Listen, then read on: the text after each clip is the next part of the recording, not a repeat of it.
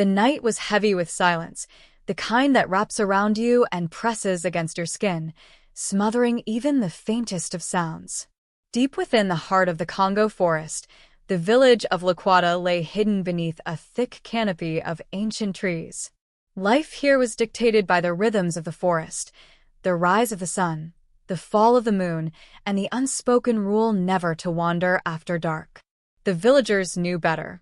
The forest at night wasn't ordinary, it carried whispers. These weren't whispers of wind threading through leaves or the chatter of nocturnal creatures. No, these whispers were deliberate, purposeful, carrying a weight of secrets too old and too dark to name. The elders told stories of the Mbwenga, a shadowy spirit that preyed on the unwary. It was set to roam when the moon turned red, when its bleeding glow stained the forest floor. Kalum, the village's most daring and stubborn hunter, didn't believe in such tales. He had lived his whole life among the trees, and though he respected the forest, he refused to be ruled by superstition. This night, he stood at the edge of the village, his spear in hand, as the blood-red moon cast its eerie light on his weathered face. "Kalum, please don't go," Nyota, his wife, begged him, her voice trembling. "The moon bleeds. It is a warning." He turned to her, his expression a mix of amusement and impatience.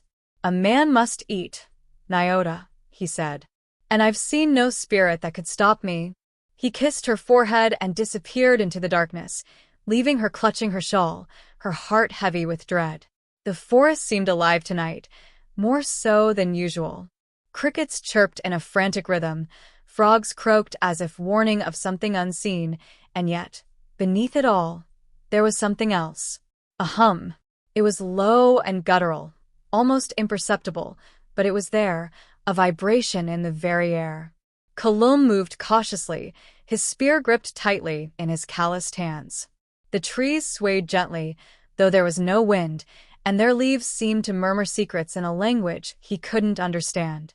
His heart beat faster than usual, a rhythm he tried to blame on exertion, but deep down, he knew better. The hum stopped. Suddenly, the forest was silent.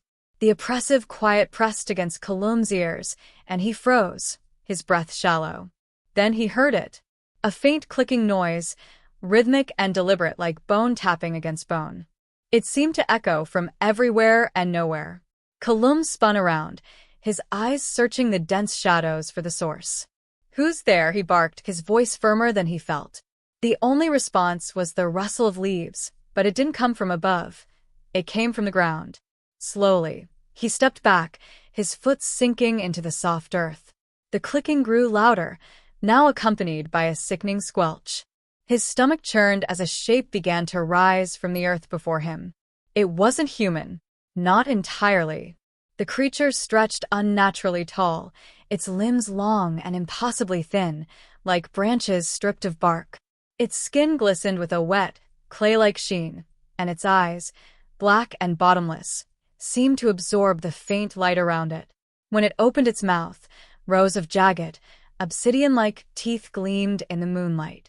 The clicking sound came from deep within its throat, a grotesque, mechanical noise that sent shivers through Kalum's body.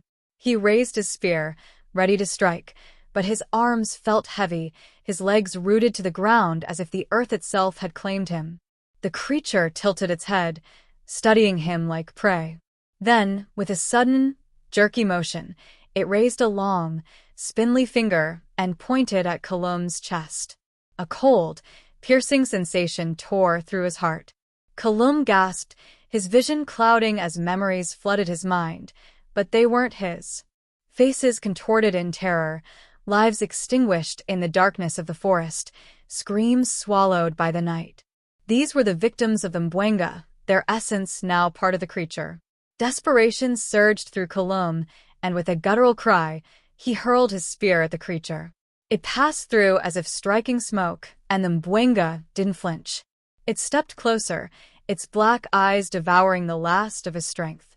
Kalum's scream pierced the night, a sound so raw and primal that it carried all the way back to the village. Nyota clutched her chest, as if she could feel his pain. She fell to her knees, tears streaming down her face. She didn't need to hear more. Colombe was gone. At dawn, a search party ventured into the forest, though their faces betrayed their fear. They found nothing of Colombe, only his spear lying in the dirt. Around it, the ground was blackened, cracked as though scorched by fire. The whispers of the elders grew louder in the village that day, recounting the legend of the Mbwenga. The villagers stayed inside that night, their doors bolted, their prayers whispered. The moon returned to its silver hue, but the whispers in the trees grew louder, more taunting. It was as if the forest itself mocked their loss, reminding them of its power. And when the moon bled again, they knew it would come for more.